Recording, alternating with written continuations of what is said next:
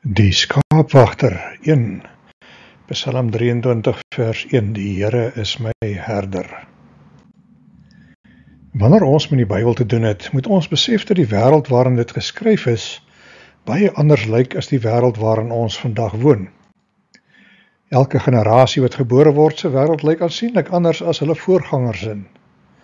As ons maar net kyk na hoeveel veranderinge ons deur is, net in hierdie laaste halwe eeu, kry mens so 'n bietjie begrip vir die duisende jare wat verby is sedert die Bybel geskryf is. Ons leef vandag in 'n wêreld van online shopping, soos Amazon en Temu.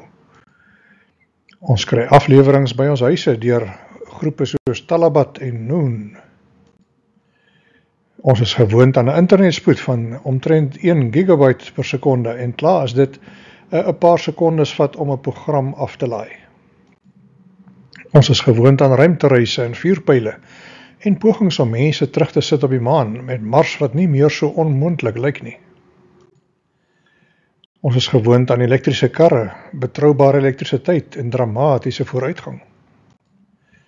Ons raak al meer bewus van artificial intelligence wat binne sekondes groot hoeveelhede data kan bymekaar sit.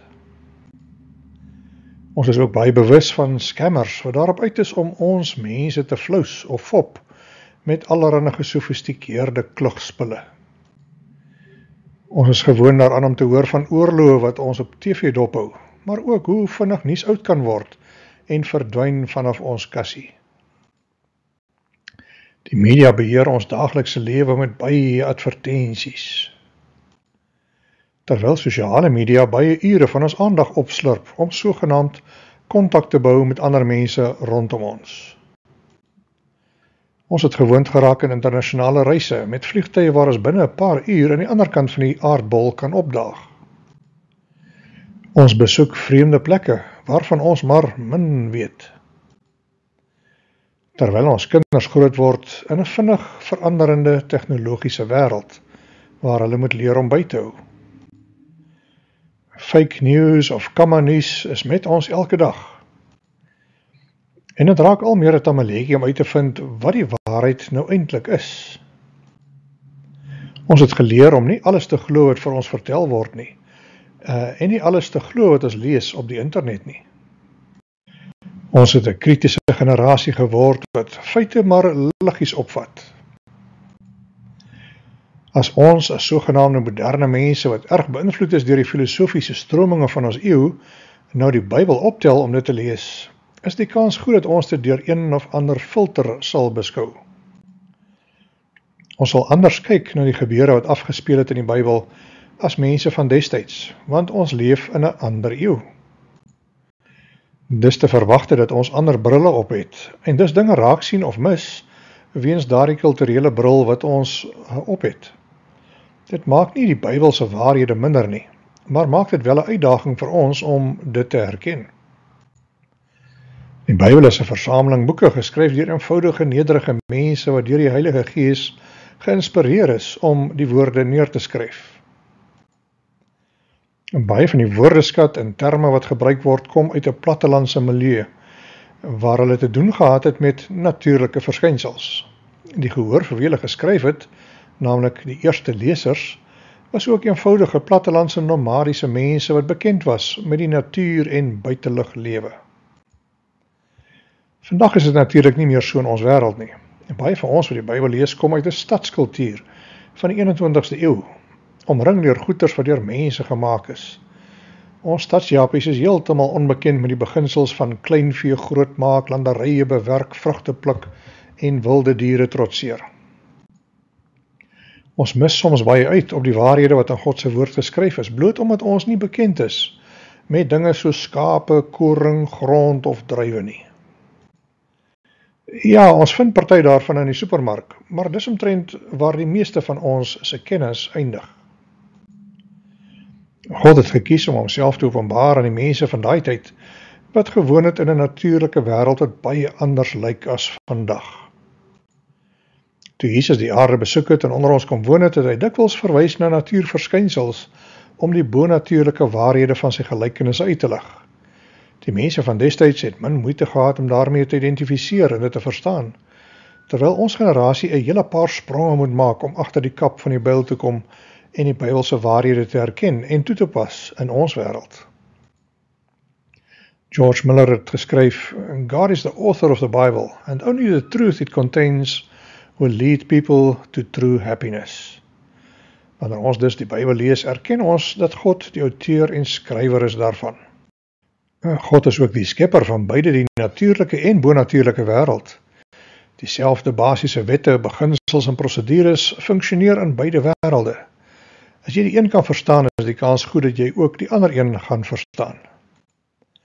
Hollywood is gefascineer deur die bonatuurlike, terwyl die moderne mens baie oop is daarvoor deur te peter met die okkulte en bonatuurlike misteries. Met dit as agtergrond gaan ons bietjie inzoom op een van die mees bekendste psalms in die Bybel, een waarmee ons almal groot geword het, een wat ons waarskynlik toe ook kan opsê, Psalm 23. Kom ons sê dit hardop saam uit die eerste Afrikaanse vertaling van 1933. Psalm van Dawid, die Here is my herder, niks sal my ontbreek nie. Hy laat my neerlê in groen weivelde, na waters waar rus is, lei hy my heen. Hy verkoop my siel, hy lei my in die spore van geregtigheid, om sy naam ontwil. Al gaan ek ook in 'n dal van doodskare wee, ek sal geen onheil vrees nie, want U is met my. U stok en U staf, die vertroos my. U berei die tafel voor my aangesig, teenoor my teestanders. U maak my hoof vet met olie. My beker loop oor. Net goedheid en guns sal my volg al die dae van my lewe. En ek sal in die huis van die Here bly in lengte van dae. Wanneer ons hierdie psalm lees, kom daar dadelik 'n paar vrae na vore. Wie is hierdie Here van wie Dawid praat? Hoe lyk sy karakter? Het hy enige kwalifikasies om goed na my te kan kyk en my skaapwagter te wil wees? Is hy my eienaar of bestuurder? Of kan ek self besluit? Hoe kan ek onder sy beheer en beskerming kom, sodat hy vir my kan sorg? You can't unfollow me, I'm your shepherd, sê die skaapwagter, toe sy skaap probeer om van sy invloed ontslae te raak op die internet. En Dawid wat hierdie psalm geskryf het, was self 'n skaapwagter, die seun van 'n skaapwagter Isai. Hy het later bekend gestaan as die skaapwagter koning van Israel. Sommer so met die intrapslag verklaar Dawid, die Here is my herder. Na wie verwys hy? Natuurlik verwys hy na Jahwe, die God van Israel. Baie jare later sou Jesus het onderstreep, toe hy ook sê, ek is die goeie herder. Kom daar in Johannes 10 voor. Ek is die goeie herder. Die goeie herder lê sy lewe af vir die skape. Maar die huurling en hy wat nie 'n herder is nie, van wie die skape nie die eiendom is nie, sien die wolf kom en laat die skape staan en vlug, en die wolf vang hulle en jaag die skape uitmekaar. En die huurling vlug, omdat hy 'n huurling is en niks vir die skape omgee nie. Ek is die goeie herder, en ek ken my eie en word deur my eie geken. Net soos die Vader my ken, ken ek ook die Vader, en ek lê my lewe af vir die skape. Ek het nog ander skape wat nie aan hierdie stal behoort nie. Ek moet hulle ook lei, en hulle sal na my stem luister, en dit sal wees een kudde, een herder. So wie is hierdie Christus wat homself die goeie herder noem? En dikwels is ons siening van hom te klein of eng, ingedruk in 'n boksie wat by ons persepsie pas, so asof hy maar net 'n gewone mens soos ons was. Onbekend maak onbemind. Dit maak dat ons moeite daarmee het om beheer van ons lewe oor te gee aan hom, om sy autoriteit oor ons lewens te aanvaar, of as sy eiendom bekend te staan. Ons weet dat Jesus direk verantwoordelik was vir die skepping van alle dinge, in beide die natuurlike en bonatuurlike wêreld. Die Bybel beskryf dit sonder mens weg te steek. In Kolossense 1, die seun is die beeld van die onsigbare God, die eerstgeborene oor die hele skepping. Want deur hom het God alles geskep, alles in die hemel en op die aarde, die sigbare en die onsigbare dinge, of dit koninklike of heersende magte, owerhede of gesagvoerders is. Alles is deur hom en tot hom geskep. Hy het voor alles bestaan, en in hom hou alles in stand. Hy is die hoof van die liggaam, die kerk. Hy is die oorsprong, die eerstgeborene uit die dood, sodat hy in alles die eerste plek kon inneem, want God het dit goed gevind om die hele volheid in hom te laat woon, en om deur hom alles op aarde en in die hemel met homself te versoen, deurdat hy vrede gebring het deur sy bloed aan die kruis. As ons so 'n bietjie tyd sou spandeer om Jesus van naderby te bekyk en te bestudeer, te kyk na sy krag en sy wonderdade, dan sal ons ook soos Dawid kan uitroep, die Here is my herder. Adam is gemaak vanuit die stof van die aarde, as ware uit die modder.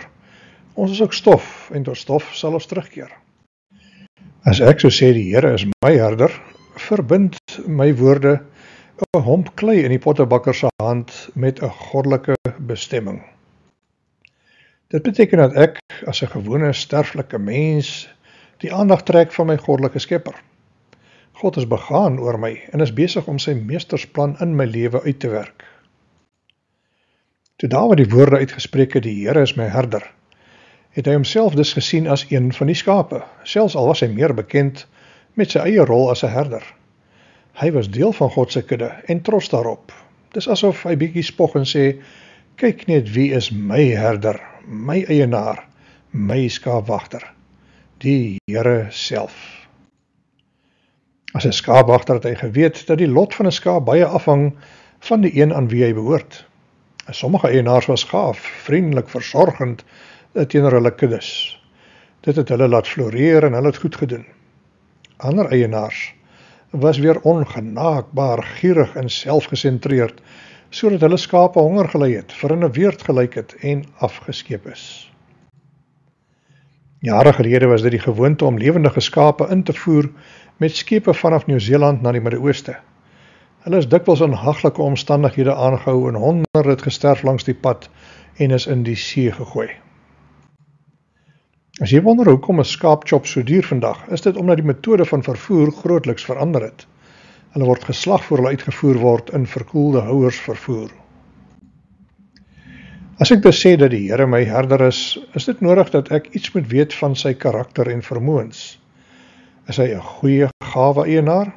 Of is hy 'n slegte, ongenaakbare eienaar, wat daarop uit is om my terug te kry, fout te vind met my die hele tyd, iemand vir wie ek moet ligloop? As mense opkyk in die nag na die sterre, sien mens maar 'n beperkte hoeveelheid met die blote oog. Die sterrekundiges meen daar is miljoene sterre, die meeste van hulle groter as ons son. Elkeen van hulle is deur God gemaak en oor die hemelruim verstrooi met 'n spesifieke plan en kreatiwiteit. Die planeet Aarde waarop ons woon is eintlik so klein in die hemelse grootheid van die ruimte, dat dit eintlik nie eens punte tel nie. As ons die beste teleskoop op aarde sou vat, waarmee ons die sterrestelsel van Alpha Centauri kan sien, en dit kon vervoer soontoe en dan terugkyk na ons planeet, gaan die aarde nie eens sigbaar wees nie. Iewers weggesteek tussen die massas sterre van ons sterrestelsel. Dit laat die mens nogal nederig en klein voel vanuit daardie perspektief. Ek en jy is maar stoffietjies in vergelyking met die groot heelal. Die verbasende feit is egter dat Jesus as die skepper van al die sterre en planete homself my herder noem en my uitnooi om as een van sy skape gesien te word, vir wie hy wil omgee en versorg. Wie sou beter wees vir my versorging as die een wat my gemaak het?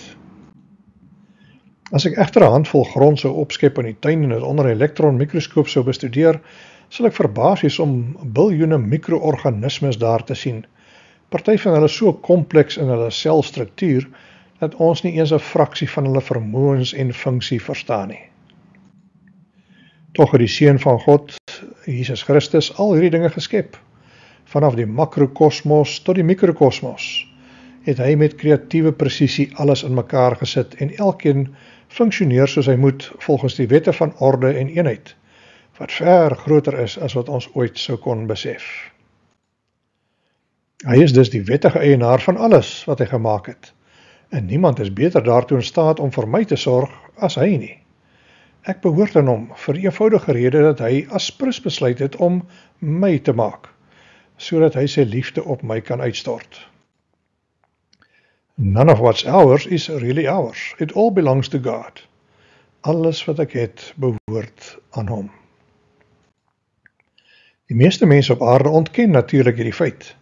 Hulle ontken dat daar enige verhouding bestaan of kan bestaan tussen 'n skepsel en sy skepper, en hulle bevraagteken sy autoriteit oor hulle. Miskien het God 'n groot risiko geneem deur die mens te maak. Hy het immers geweet dat hulle dit alles sou opmors. Tog het hy vir Adam en Eva gemaak, wetende dat daardie verbode vrug hulle sou potjie. Dus het hy 'n tweede plan in werking gesit om daardie verhouding te herstel, deur Jesus Christus na die aarde toe te stuur. Op Golgotha het hy gedemonstreer hoe ver hy bereid was om te gaan, om mense in te sluit by sy kudde, om vir hulle te sorg. Hy het die straf vir hulle sondes op hom geneem. Jesaja stel dit so. Ons het almal gedwaal soos skape, ons het elkeen sy eie pad geloop, maar die Here het ons almal se sonde op hom laat afkom. Ek behoort dus 2 keer aan hom. Nie net het hy vir my gemaak nie, maar ook vir my betaal met die grootste prys moontlik, sy eie lewe.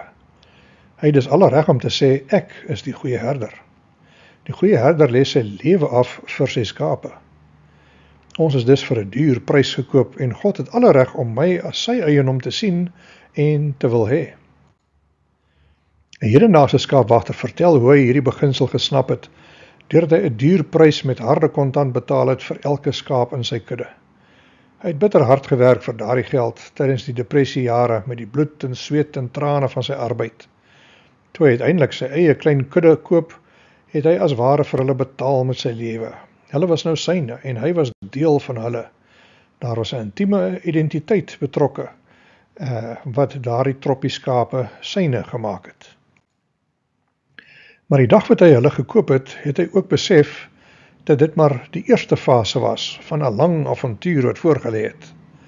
As hulle eienaar sou hy gedurig sy lewe moes neerlê vir hulle, opofferings maak ter wille van hulle, moeite doen om hulle te laat floreer. Skape sorg nie maar sommer net vir hulle self nie. Meer as enige ander dier het hulle heeltyd aandag en versorging nodig.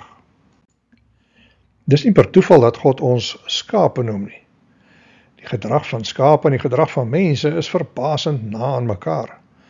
Ons het ook 'n tropmentaliteit, gevul met vrese en bangheid. Ons is hardkoppig en beterweterig en dom en is geneig om in nare gewoontes weg te sink. Tog ten spyte van ongure karaktertrekke, het Jesus steeds vir ons gemaak, gekies, gekoop, ons by die naam geroep, ons syne gemaak, en vind hy vreugde daarin om vir ons te sorg. As eienaar belê hy homself in ons lewens, lê as ware sy lewe gedurig neer ter wille van ons. Hy tree vir ons in, hy lei vir ons deur die Heilige Gees. Hy doen dinge ter wille van ons, sodat ons baat kan vind deur sy versorging. Die hele Psalm 23 is 'n lied van Dawid wat vertel van al die maniere waarop God as ons herder vir ons versorg. Die welvaart van sy skape is vir hom baie belangrik. Dus is dit geen wonder dat Dawid trots was daarop om te kan behoort aan die goeie herder nie. In kontras met die goeie herder is daar die huurling, of die oppasser wat in diens geneem word om te kyk na die skape. Een so 'n huurling moes nooit toegelaat gewees het om skape op te pas nie, want hy het niks vir hulle omgegee nie. Hulle was altyd ondervoed, maar vol van parasiete en siektes. Keer op keer het die brandsiek skape teen die draad kom staan en verlangend gekyk na die groen gras aan die ander kant, waar daar 'n herder was wat omgegee het vir sy skape. As hulle kon praat, sou hulle gesê het, verlos ons tog asseblief van ons aaklige eienaar of oppasser. Party van ons voel seker soos hierdie skaap. I want to enjoy the greener grass on the other side of the fence, but the problem is that I don't know where that fence is. Miskien is dit 'n prentjie van die patetiese mense oral in die wêreld wat nie weet hoe dit is om te behoort aan die goeie herder nie. En hulle ly daaronder en is uitgelewer aan die effek van sonde en die werke van Satan. Dit bly verstommend hoe mans en vrouens weier om Christus se eienaarskap te aanvaar en verkies om eerder self voor te ploeter met hulle lewens. Hulle vrees dat hulle vryheid sal verloor en onder die duim van 'n tiran sal beland. As jy egter die karakter van Jesus sou bestudeer, sou jy iemand sien met 'n groot omgee vir mense. Iemand met 'n vaste integriteit. Hy was die mees gebalanseerde persoon wat ooit op aarde gewoon het. Selfs al het hy groot geword in armoede en aaklige omstandighede, waar die Romeine die land oorheers en onderdruk het. Alhoewel hy geen ekonomiese voordele geniet het nie, geen politieke krag of militêre mag nie, het geen ander persoon in die geskiedenis soveel invloed gehad op die wêreld as juis hy nie. Deur hom het miljoene mense deur die eeue 'n lewe ontdek van integriteit en eer en doelgerigte groei. Jesus was sag en vriendelik, maar ook reguit en regverdig en streng. Hy het nie geskroom om die skynheiliges aan te vat met sy woorde nie. Die Fariseërs het gereeld deurgeloop deurdat hy hulle motiewe en harte ontbloot het. Hy het gekom om mense vry te maak van hulle sondes en vrese, sodat hulle hom kon liefhê met lojaliteit en oorgawe. Hy was die goeie herder wat hulle verstaan het, vir hulle omgegee het, vir hulle gaan soek het, om hulle te red uit hulle verlorenheid. Hy het duidelik gemaak dat wanneer iemand onder sy bestuur of eienaarskap sou kom, sou dit 'n invloed hê op die verhouding tussen hulle. Daar sou iets baie spesiaal wees daaraan om aan hierdie skaapwagter te behoort. Daardie eienaarskap sou elke man en vrou anders maak as die res van die skare. Nog 'n skaapwagter vertel van die dag toe hy sy eerste 30 skape gekoop het. Hy en sy buurman het op die kraalheining gesit en sy keuse bewonder. 30 sterk gesonde skape vanuit 'n goeie herkoms wat nou syne was. Sy buurman het toe na hom gedraai en aan hom 'n lang skerp mes oorhandig met die woorde: "Toe, hulle is nou joune. Nou moet jy 'n merk op hulle maak, sodat almal kan sien dat hulle joune is." Die skaapwagter het geweet waarvan sy buurman praat. Elke skaapwagter het sy skape gemerk, met 'n sny in die oor, wat sy skape onderskei het van ander skape. Selfs op 'n afstand sou dit duidelik wees wie se skaap dit was. Vandag word skape geoormerk met plastiek of ysterskyfies, wat wys wie se skaap dit is. Dit was nie 'n lekker prosedure om elke skaap te vang en dan haar oor op 'n houtblok vas te druk en dan 'n teken uit te kerf met die skerp punt van die mes nie. Daar was pyn betrokke vir beide die skaap en die skaapwagter om geoormerk te word. Maar deur daardie gesamentlike swaar kry is daar 'n lewenslange merk agtergelaat van eienaarskap wat nie uitgevee kon word nie. Elke skaap wat aan hom behoort, kon daarna uitgeken word. Elke nuwe skaap wat daarna by die kudde aangesluit het, het dieselfde merk ontvang. Hierdie oormerk van die skaap het 'n parallel in die Ou Testament. Wanneer 'n slaaf in enige Hebreëse huishouding vrywillig sou kies om aan te bly, het hy 'n lewenslange lid van daardie huis geword. Hy het dan 'n ritueel deurgaan waarin sy meester of eienaar hom teen die muur vasgepen het en met 'n skerp yster of els 'n gat in sy oorlop gesteek het. Van dan af was hy gemerk dat hy vir altyd aan daardie huishouding sou behoort. Dit klink dalk baie barbaars in ons tyd, maar vir elke man en vrou wat onder die autoriteit en eienaarskap van Christus kom, is daar ook so 'n teken of merk.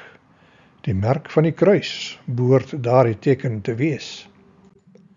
Jesus sê, as iemand agter my aan wil kom, sal hy daagliks sy kruis moet opneem en my volg.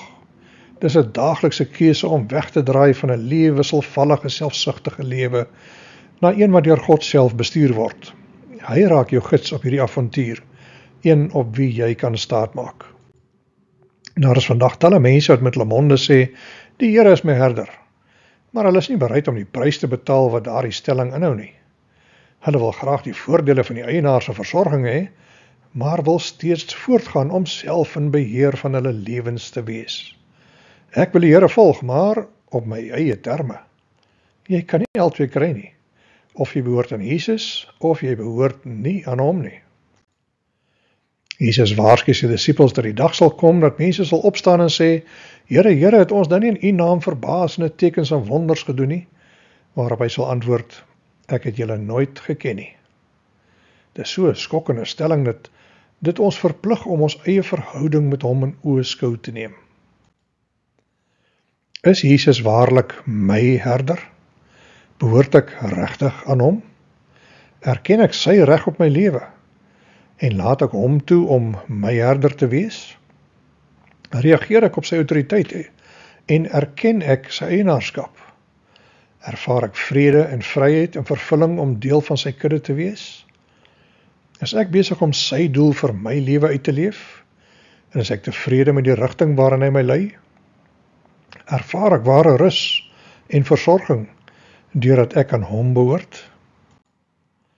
As dit waar is van jou, kan jy saam met Dawid uitroep, die Here is my herder. Dit is 'n wonderlike ding om aan hom te behoort, want dit beteken ek sal floreer en vooruitgaan, ongeag watter dinge die lewe na my kant toe gooi. Maar dan kom daar nog iets in die eerste vers. Kom ons kyk daarna in 'n paar vertalings. Die Here is my herder, ek kom niks kort nie. Die Here is my herder, ek ly nie gebrek nie. Die Here is my herder, niks sal my ontbreek nie. Die Here is my herder, hy sorg vir my, ek het genoeg van alles. Die Here sorg vir my soos 'n herder wat sy skape oppas, ek het niks meer nodig nie. Ek kom niks kort nie. En dis nogal 'n brawe voor op die waar-uitdrukking. En duidelik is dit die sentiment van 'n skaap wat heeltemal tevrede is met sy eienaar, tevrede met hoe hy hanteer word en sy lot in die lewe. Omdat die Here my herder is, sal ek niks kort kom nie. Die woord wat hier gebruik word is breër as wat ons aanvanklik dink. Sonder twyfel is die gedagte dat daar nie 'n tekort is nie, maar voldoende versorging en omgee.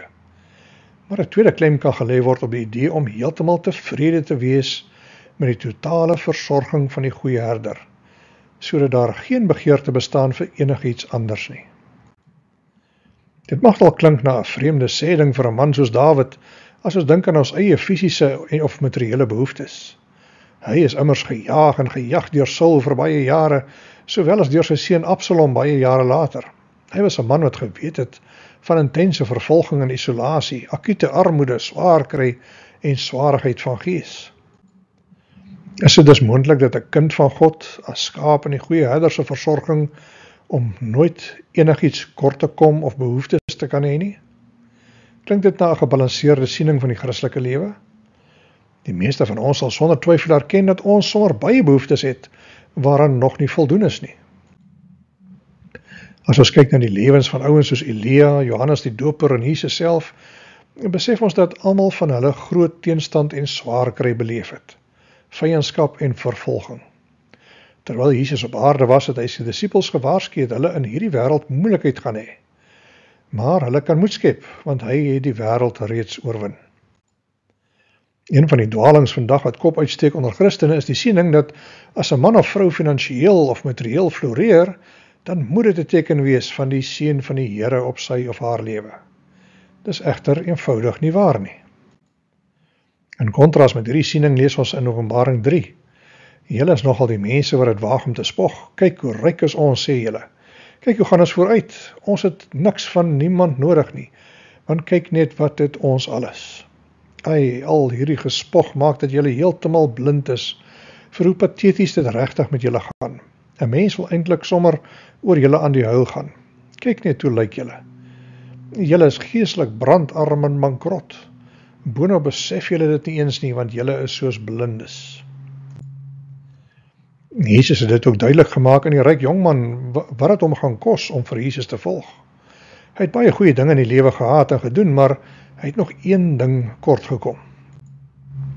Jesus kyk toe na hom. Dit was 'n oulike man van wie Jesus gehou het. Daar is een ding wat jy nie reg doen nie. Gaan verkoop alles wat jy het en gee dan die geld vir die mense wat niks het nie. Op die manier sal jy ryk wees in die oë van God.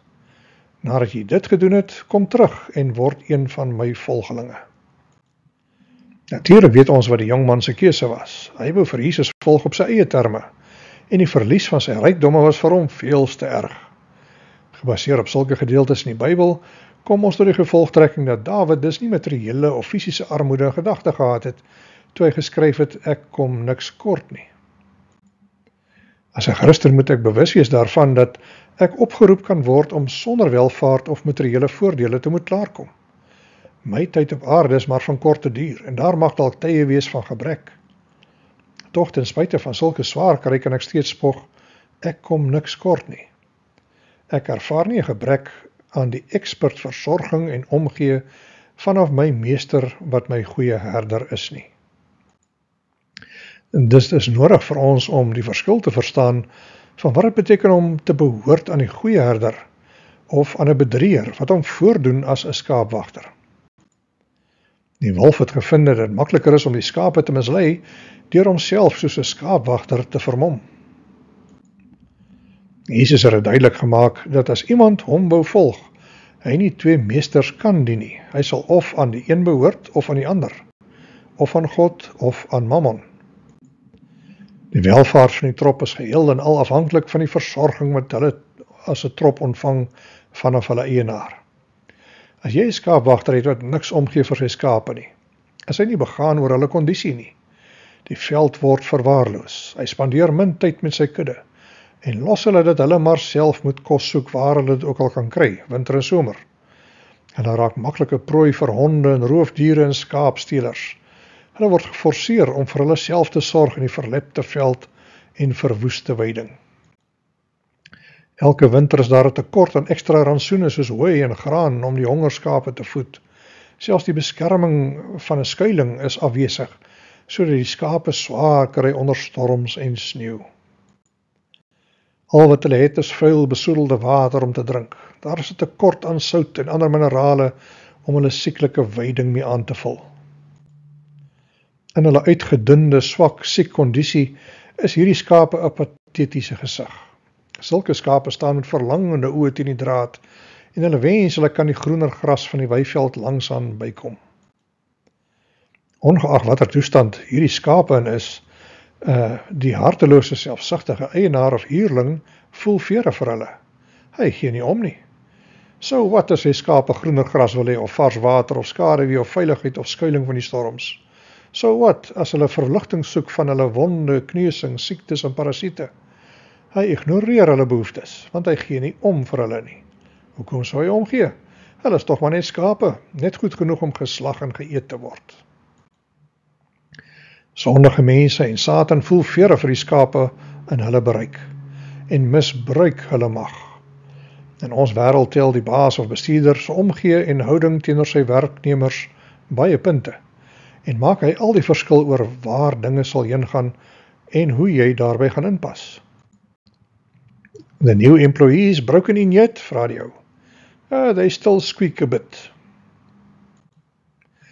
Daarom kry jy skatryk mense wat aan spyte van hulle uiterlike sukses arm van gees bly, met 'n verrimpelde siel, ongelukkig met die lewe. Hulle het hulle vreugde verloor in die eystergreep van die wrede eienaarskap van die verkeerde meester wat hulle dien. Some people are so poor, the only thing they have is money. Mens sien ook arme mense wat bekend is met swaar kry en terugslae, wat sukkel om finansiëel kop bo water te hou. Maar die van hulle wat aan Christus behoort en hom erken as meester of baas van hulle lewens, hulle beleef 'n diepe vrede en tevredenheid wat kosbaar is. Jy dalk al sulke nederige huise besoek. The strongest people make time to help others even if they are struggling with their own problems. Ek onthou ek een keer 'n hut in Zululand besoek het waar die inwoners ryk aan gees was, vreugdevol in hulle harte. Hulle het 'n selfvertroue en innerlike vreugde uitgestraal wat ver groter was as die desperate omstandighede van hulle tyd. Hulle was onder God se beskerming en omgee en hulle het dit geweet. Hulle het hulle self oorgegee aan Christus se beheer en daarin tevredenheid gevind. Tevredenheid behoort die kenmerk te wees van elke man of vrou wat sy of haar sake in die hande van God oorgegee het. Contentment is an attitude that says, I will be satisfied with what God has given me. Of soos iemand anders het gestel het, contentment is not the fulfillment of what you want, but the realization of how much you already have. In kontras daarmee sien mens die koorsagtige onvergenoegdheid en vrees onder mense sonder God, wat gedurig praat oor beter sekuriteit wat hulle nodig het. Ten spyte van welvaart en materiële dinge is hulle onseker van hulle self en bankrot aan geestelike waardes. Die mens soek altyd veiligheid buitekant homself. Hulle is dus rusteloos, jaloers, gierig na meer. Hulle wil dit en dat hê, maar word nooit bevredig in hulle gees nie. Discontent is like ink poured into water, which fills the whole fountain full of blackness. Die wêreld is maar 'n aaklige plek as jou hart gevul is met onvergenoegdheid en ontevredenheid. Iemand het die gevaar van so 'n toestand opgesom. Satan loves to fish in the troubled waters of a discontented heart. In kontras daarmee is die eenvoudige Christen 'n nederige mens, 'n skaap van die groot skaapwagter, wat met trots kan verklaar, die Here is my herder. Ek kom niks kort nie. Ek is heeltemal tevrede met hoe die Here my lewe bestuur. Hoekom? Want hy is die herder vir wie geen probleem te groot is nie. Hy gee om vir sy kudde. Hy is die expert skaapwagter, want hy is besorg oor sy skape. Hy is lief vir hulle en vind vreugde in hulle. Hy is aan diens 24 uur per dag om seker te maak dat daar goed vir hulle gesorg word. Hy is ook jaloers op sy naam en reputasie as die goeie herder. Hy is ook die eienaar wat vreugde vind in sy kudde. Vir hom is dit 'n groot beloning om te sien as sy skape tevrede is, veilig is, vervuld is en floreer onder sy sorg. Dis mos die lewe. Hy sit sy alles daarin. Hy gee letterlik homself vir diegene wat aan hom behoort. Hy sal ekstra moeite doen om vir hulle die beste weivelde te soek, seker te maak daar is oorgenoeg in die winter, en dat hulle toegang het tot skoon water. Hy verduur enige ongemak om hulle te beskerm teen storms, hulle te beskerm teen roekelose vyande, hulle te beskerm teen siektes en parasiete wat skape so kwesbaar kan maak. Geen wonder Jesus sê, ek is die goeie herder nie.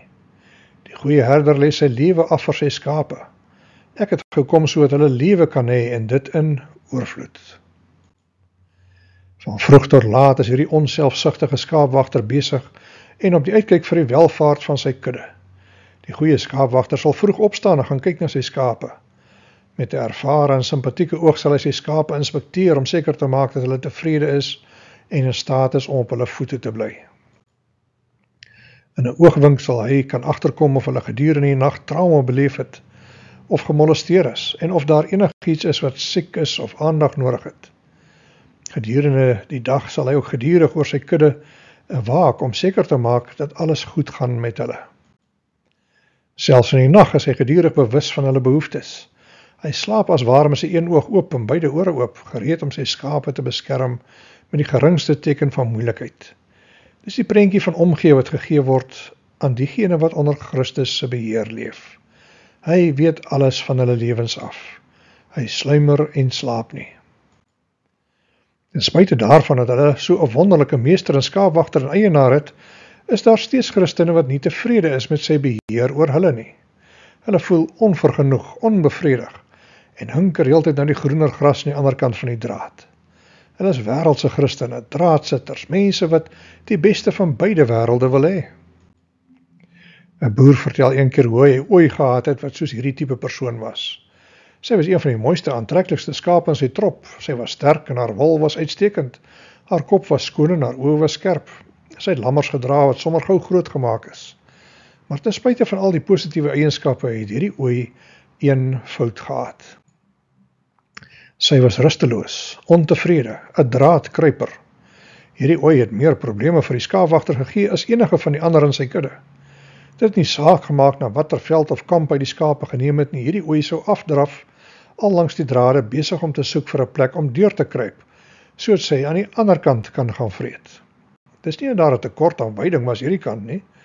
Die skaapwagter het die beste weiveld aan die skape voorsien. Maar hierdie ooi het 'n ontevrede gees gehad, wat nooit tevrede was met hoe dinge was nie. En dikwels het sy 'n pad deur die drade geforseer om aan die ander kant te kom, waar sy gaan wy het aan barre, skraal, swak gras. Maar sy het nooit haar les geleer nie, en keer op keer onder deur die heininge gekruip op soek na iets anders. Dit sou seker al erg genoeg gewees het as sy die enigste een wees wat daardie probleem gehad het. Het was al klaar gesukkel om haar te gaan vind en terug te bring na die kudde. Maar hy hartseer is dat sy haar lammers dieselfde verkeerde triks geleer het. Hulle het haar voorbeeld gevolg en spoedig was hulle net so bekwaam daarin om te ontsnap vanaf die goeie weiveld na die sogenaamde groener gras aan die ander kant van die draad. Maar selfs erger het sy ook 'n verkeerde voorbeeld gestel vir die ander skape. Het was nie lank nie of die ander skape het haar gevolg deur dieselfde gate in die heininge. Nadat die skaapwagter 'n somer lank met haar gesukkel het, het hy tot die slotsom gekom dat dit beter was vir die hele kudde as sy eerder sou verdwyn. Hy kon nie toelaat dat een hardkoppige ooi die hele kudde so van die wal af in die sloot en help nie. Dit was 'n moeilike besluit om te maak, want hy was lief vir haar, net soos vir al die ander skape. Haar krag en pragt en jeugdigheid was 'n vreugde om te aanskou. Maar een oggend is die skaapwagter daar met sy mes in die hand en slag hy haar af. Haar gewoonte om deur die grensdrade te kruip is beëindig. Dit was die enigste oplossing vir die dilemma. Sy was 'n skaap wat ten spyte van al die goeie goed wat die skaapwagter van gedoen het, steeds gehunker het na iets anders. Sy was nie 'n skaap wat gesê het, die Here is my herder, ek kom niks kort nie. Dis 'n waarskuwing vir elke halfhartige Christen wat speel met sonde, vir elke Christen wat teruglei en afdwaal, wat die beste van beide wêrelde wil hê. Daar kom 'n tyd wat hulle afgesny sal word. Backsliding begins with dusty Bibles, het Charles Spurgeon opgemerk. A Bible that's falling apart usually belongs to someone who isn't. Watter storie sal jou Bybel van jou vertel? Ek gesels onlangs met 'n skaapboer van Riversdal, wat ook so 'n hardkoppige skaap gehad het. Hierdie een skaap was nikkerig en het alles probeer om die boer te tart. Wanneer hy die skape aanjag na die hek, loop al die skape na die hek behalwe hierdie een. So gebeur het eendag dat hy met die quadbike sy skape aanjag na die volgende kampie, waar daar goeie weiding is. Al die skape is gehoorsaam behalwe hierdie een. Net toe almal vir die hek mik en deurloop, besluit hierdie skaap om hom ekstra moeite te gee en hardloop die skaap om die huis na die verkeerde kant.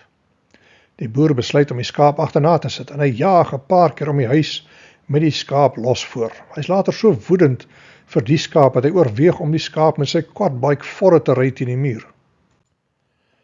Maar toe uiteindelik die skaap inhaal, duik hy bo van die quadbike af, bo op die skaap, en gee die skaap so 'n taai klap deur die bek, dat hy vir dae lank 'n seer hand gehad het. Die skaap was skoon bedwelm deur hierdie ekstreme behandeling, maar dit het gewerk. Al die nikkerigheid was skielik daarmee heen, en toe die skaap oorheen styer, mik die skaap reguit vir die hek agter die ander skape aan. Here, U is my herder. U ken my deur en deur. U weet hoe graag ek my eie pad loop, hoe nikkerig en onvergenoegd ek kan wees. Hoe ek ander mense rondom my beïnvloed met my houding. Maak my 'n gehoorsame skaap, wat graag vir U wil volg. Ek wil daagliks kies om op U te vertrou. Maak my tevrede met wat U vir my gegee het, sodat ek ook kan sê, ek kom niks kort nie. Amen.